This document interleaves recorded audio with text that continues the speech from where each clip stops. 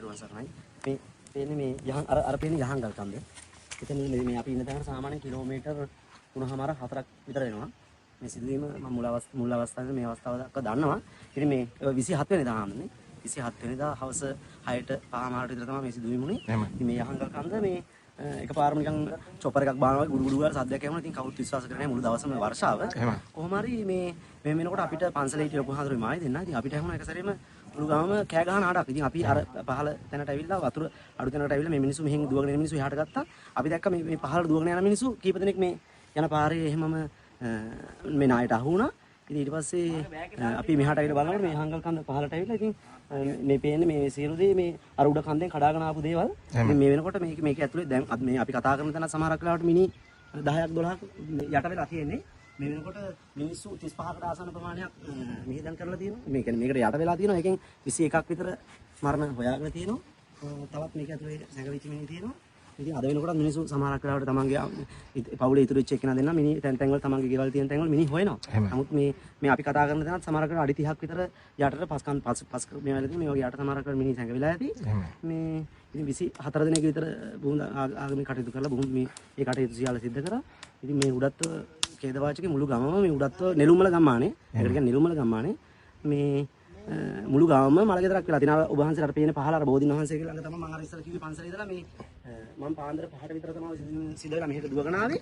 ඒ දුවගෙන එනකොටත් එතන මේ බෙල්ල ළඟට විතර මඩර යට වෙච්ච පණ පිටින් ඒ කියන්නේ 27 වෙනිදා නෙමෙයි 28 වෙනිදා පාන්දර 5ට විතර එනකොටත් පණ තියුණු මිනිස්සු හිටියා. ඉතින් සමහර තැන්වල මේ හැමතැන මේ පේන හැමතැනම තැන් තැන් වල මිනි තැන් තැන් වල යට වෙලා තිබුණා. අර උඩහ අර පේන අපිට පේන අර උඩහතන මේ එකම ගෙදරක එක මිනි ඒ හොයන්නවක් බෑ කියලා අතෑරලා තිබුණේ. හාමුදුරු කෙනෙකුයි මායි ගිහිල්ලා තමයි අර පැත්තෙන් ගිහින් බැලුවේ. ගෙදර තිබුණ තැන බලනකොට 7 දෙනෙක් එකම තැන 7 දෙනෙක්. ඒ කියන්නේ කන්ද පටන් ගන්න තැනම 7 දෙනෙක් එහෙම බදාගෙන එතනම වෙල්ලා තිබුණා. දරු ළමයි කම්බෙන් ඉඳපු අම්මා කෙනෙක් හරියටම ඔයක උනේ 27 30 වෙනිදා තමයි රෝහල් ගත වෙන්න තිබුණේ අම්මට. ඉතින් දරුවා හම්බෙන් ඉඳපු අම්මා පවුලේ හැම කෙනෙක්ම ඒ 7 දෙනාම එකම තැන යට වෙලා ඉන්නේ. මේ අපි මේ මෙතන මේ පේන මෙතන ගෙදර හිටියේ මේ අම්මා කෙනෙකුයි පුංචි අවුරුද්දක විතර දරුවෙකුයි දුවකුයි. ඉතින් මේ ඒ දෙන්න අපි ආවිලා බලනකොට මේ ඒ අම්මා හොඳම සිදුවීම කියන්නේ දරුවා බදාගෙන මැරලා හිටියේ. ෆ්ලැට් වෙලා තිබුණේ ගෙදරට.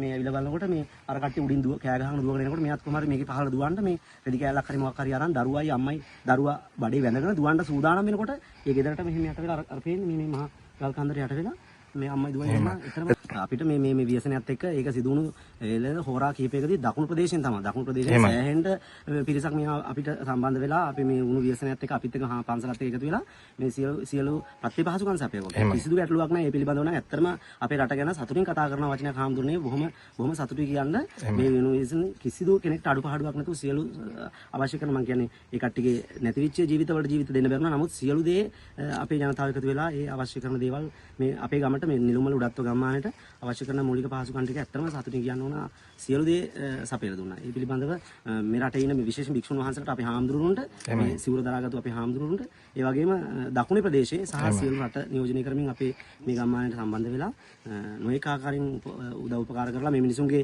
මේ පුංචි සමහරක් කියන්න ඕන හඳුන වෙලාව ගියා.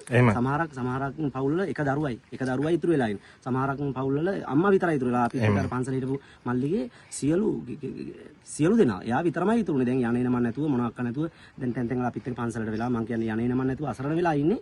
මේ මොහොතේ ඒ උදවිය වෙනුවෙන් හැම කෙනෙක්ම සම්බන්ධ වෙලා දැන් ඔබ වහන්සේලා ඇතුළු සියලු දෙනා සම්බන්ධ වෙලා එයාලගේ මනස හදා ගන්න සහ අවශ්‍ය කරන මූලික පහසුකම් සපය ගන්න මුළු රටම එකතු වෙලා ඉන්නවා. උඩත්ව ගම්මානයත් එක්ක අපේ ගමත් එක්ක ඒ පිළිබඳව සතුටින් කතා කරනවා. විදේශ රටවල් වල ඉන්න සියලු දෙනා තරුණයෝ කතා කරලා ඒකට අවශ්‍ය කරන මූලික පහසුකම් ඉඩමේ ඉඳලා හදලා දෙන්න මම හිතනවා හරියට ඒ වැඩ පිළිවෙලක් හදාගෙන යනවා. ඒ අතරේ අපේ සහෝදර සහෝදරියන් අපිට ආදරය කරන මිනිස්සු කතා කරලා ලොකු හාමුදුරුවෝ කතා කරලා ඒ අවශ්‍ය කරන පහසුකම් අපිට සපයන්න කටයුතු කරමින් ඉන්නවා. මේ මොහොතේ අපි හිතනවා මේ කතා කරනවා වගේම ඉදිරියේදී අවශ්‍ය කරන මේ දරුවන්ට අවශ්‍ය කරන මූලික පහසුකම් සකසලා සපයලා දෙන්න. ඔව් බොහොම ස්තුතියි බොහොම පිං හාමුදුරුවෝ අපි හම්බුනේ.